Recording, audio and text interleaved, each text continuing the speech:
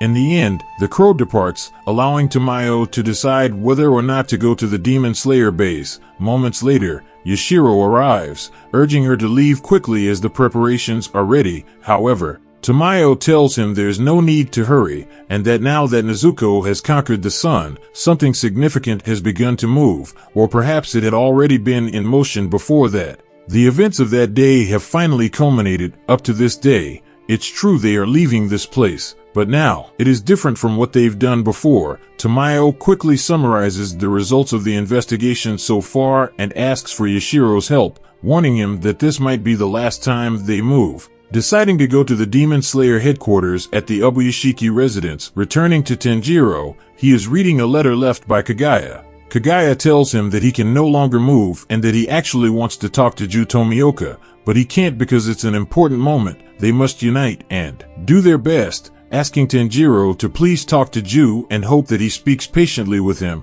as he always ends up alone so that he can look forward the next day. Tenjiro goes outside while his foot is still in a cast. Aoi asks him where he's going so early, angry because she thinks he's going to the HASHIRA training. Tenjiro responds that he wants to see someone he needs to meet and asks them a question. He tells Aoi about someone who is always alone and asks how to convey to that person that they are not really alone. Aoi doesn't know how to respond to that, and upon learning that he wants to cheer that person up, she says that if it were her, she'd like to be left alone after that. She asks him to wait and leaves for a moment, returning with some simple onigiri for him and the person he wants to meet. She tells him that no matter what happens, he needs to eat well first to keep his mind and body healthy. Tenjiro thanks her and heads to where Tomioka is. Upon arriving in front of his residence, he starts shouting, which Ju barely hears, thinking for a moment that Tenjiro said something about leaving, but realizing he was wrong when Tenjiro enters his residence. In the end,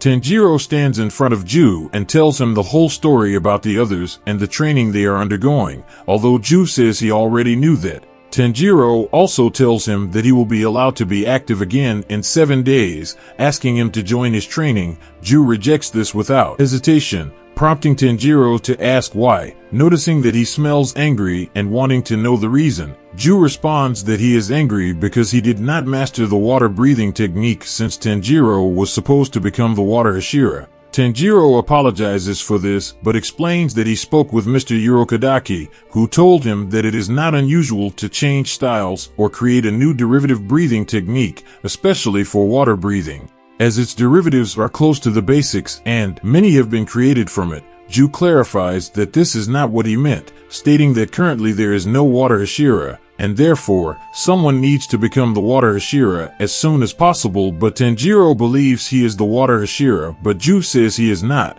leaving without saying anything more. Despite this, Tenjiro remembers Master Kagaya's words where he mentioned he hopes Tenjiro speaks patiently with Ju. For this reason, he goes later to offer him onigiri. As one calms down with a full stomach, since he receives no response, Tenjiro informs him he will leave food at his doorstep before departing. Later that night, Ju returns to the dorm to find Tenjiro asleep. He wakes up and is glad he's back, noticing Tenjiro has eaten the onigiri as he holds the wrapping cloth in his hand. Ju says nothing and just leaves, but Tenjiro is still happy for him. He begins to pursue him that night, asking many questions out of curiosity and insisting that Ju trains him the next day. He returns to continue the same, maintaining his typical cheerful and innocent attitude. Ju ignores him, having a stern expression while attempting to sleep with Tenjiro shouting from outside. This repeats several times, with Tenjiro maintaining his innocent face while Ju wonders if this will continue for the rest of his life,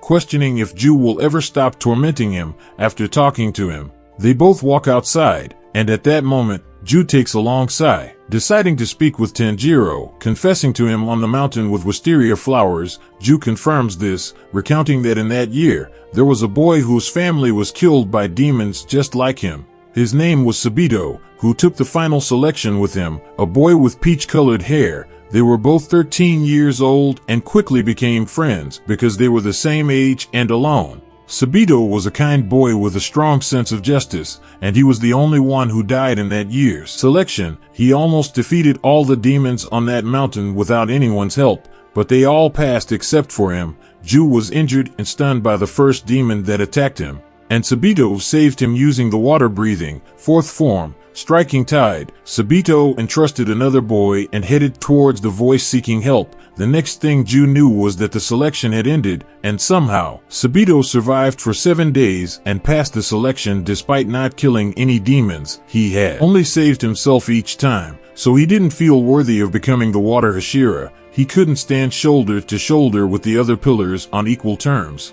He was different from them and didn't belong in the Demon Slayer organization. That's why he asks Tanjiro to find another pillar to train him, as that would be best. The mark won't appear on him. Even though Sabito could have done it, asking him not to bother, as he'll only waste his time. Tanjiro understands this. He's sure Ju would have wished to die instead of Sabito. He knows how painful it is for someone you care about to die before you, and you wish they had lived in your place, especially if they died protecting you, which feels like you're shattered. Sabito was the boy who trained him on MT Sajiri, and it was a mysterious experience. Supposedly, they were dead, but they helped him understand the situation much better since Sabito took the final selection with Ju. If he were still alive, he'd be the same age, which Tanjiro finds incredible. Wiping away the tears shed from this story, he admires that Sabito saved everyone in the final selection, whereas he couldn't because he was too busy defending himself. If Sabito had lived,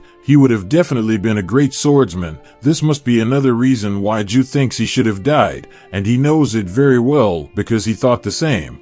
Rengoku was an amazing person who protected them at the cost of his life. He was kind and stronger than anyone else. It was a splendid way to live, and he was amazing until the end. Ju thought it might have been better if he had died instead of Rengoku because he believes he could have defeated Muzan someday. However, he remembers the words that day about Rengoku believing in him, so he must consider how to live up to that. Tanjiro accepts this as truth, but doesn't know what to say to Ju. No matter how pathetic or humiliated you feel, you still have to keep living, and although he doesn't admit it, Ju must have beaten and trained hard, even becoming a pillar, so he must have suffered a lot. Tanjiro doesn't know anything about him, so he can't say such things lightly, but there's one thing he wants to ask him, so he starts following him to ask if he won't continue what Sabito entrusted to him. This makes Ju widen his eyes, reminding him of something from his past. At that time, Sabito had slapped him, asking him never to say again that he should have died. If he said it again,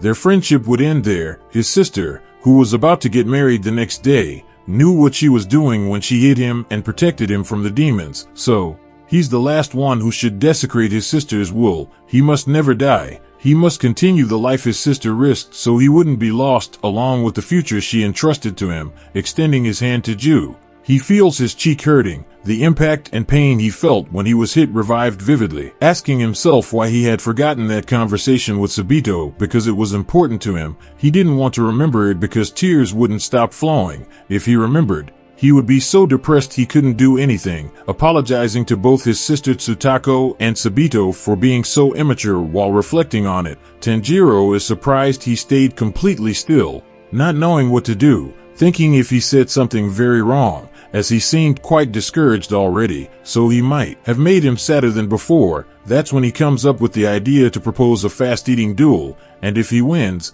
he'll tell him to cheer up and ask him to train him or something, since he hasn't been discharged yet. He can't challenge him to a match. Ju is quiet, so he doesn't need to speak if it's about eating fast. Convinced it's a great idea, at that moment, Ju tells him he's late but will also join the training. But before he tells him that, he's interrupted by Tanjiro with his challenge to see who eats faster. Ju doesn't know why he just challenged him, but that's how it ends up, and the two have their duel, heading to a local to start eating the soa calmly and without stopping. Once they finish, Ju talks to him again about the training, mentioning the fact that he hasn't told him anything about Shinobu Kocho, wanting to know what he'll be taught. Tanjiro replies that he doesn't know anything about it either, also curious about what he'll be able to do, looking up with his typical long face. Here, they show us a rather nervous Shinobu returning to Kene's altar to ask her to calm down, telling herself that those who cannot control their emotions are immature, all while one of her eyes keeps twitching, and she has veins popping on her face. At that moment, Kane with her, informing her that he will join the training of the Wind Pillar. Asking her if her training comes after the rock pillars, Shinobu responds that this time she cannot participate in the pillars training, then asks her to come closer with nerves. Kane tells her that she would like her to train her as well. This makes Shinobu happy, appreciating the fact that she is now able to convey her own feelings sincerely, which is a good sign. She then informs her that she is going to talk to her about the demon that killed her sister Kane, including how to kill that demon. Kaneo did not expect this, staying silent to listen to her attentively.